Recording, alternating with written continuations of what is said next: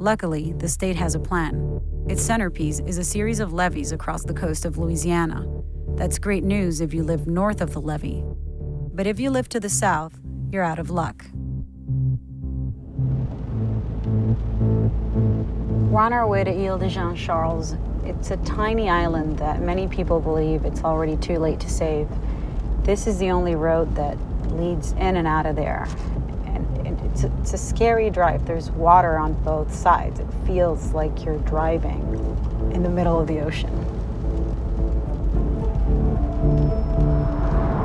They did an analysis to see if this place would have been worth saving. And after they did an assessment of the property value and home value, they said no.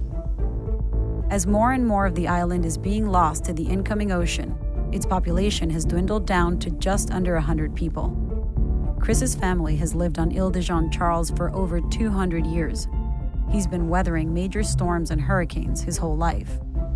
You know, whenever you leave for a storm and you come back home, you know, you just count your blessings that you know that you got a home to come back to. How have you seen it change? Back then, they had ground to slow down the surge. So the impact of the storm wasn't as great because it had a sort of buffer it had to get through before getting to us. While now, since there's hardly anything out there, I mean, a Category 1, if it's coming right at you, can do a whole lot of damage. Why not just pick up and leave and go somewhere else? I don't think you'll find a place on Earth where there ain't something from Mother Nature you have to deal with. Since we've been dealing with this, you know, all our lives, well, this is where I'm at. I think it's not only a South Louisiana problem, I think it's an American problem. Chris's next-door neighbor, Jason, offered to show us just how quickly the land was disappearing.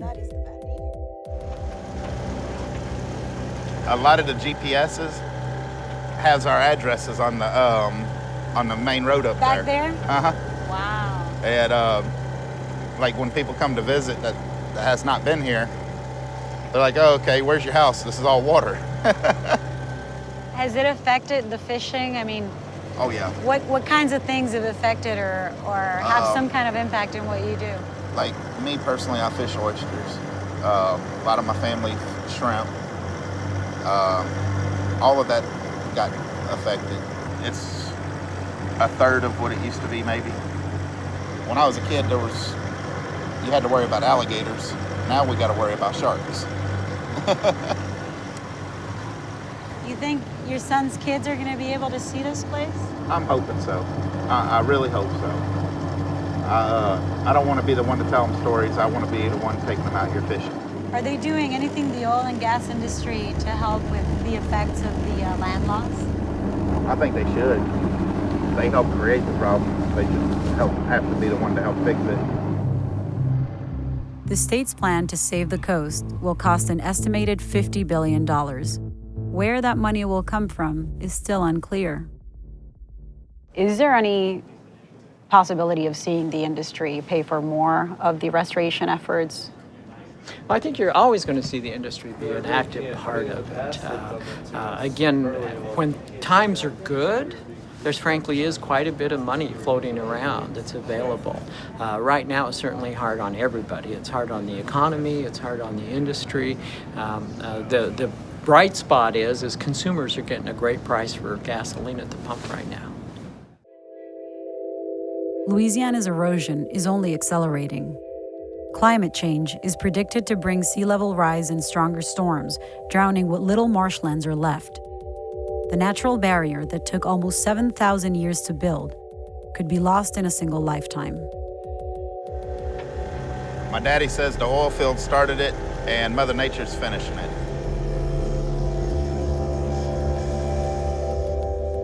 You know, I can't live in denial. I can't live in a box. There's a whole other world of things going on out there that's probably against this place.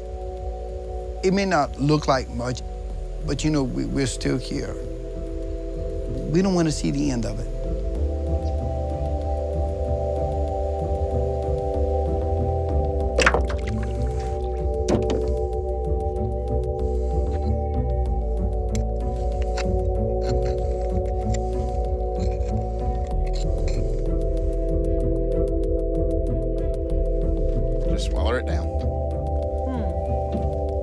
add a little salt to them.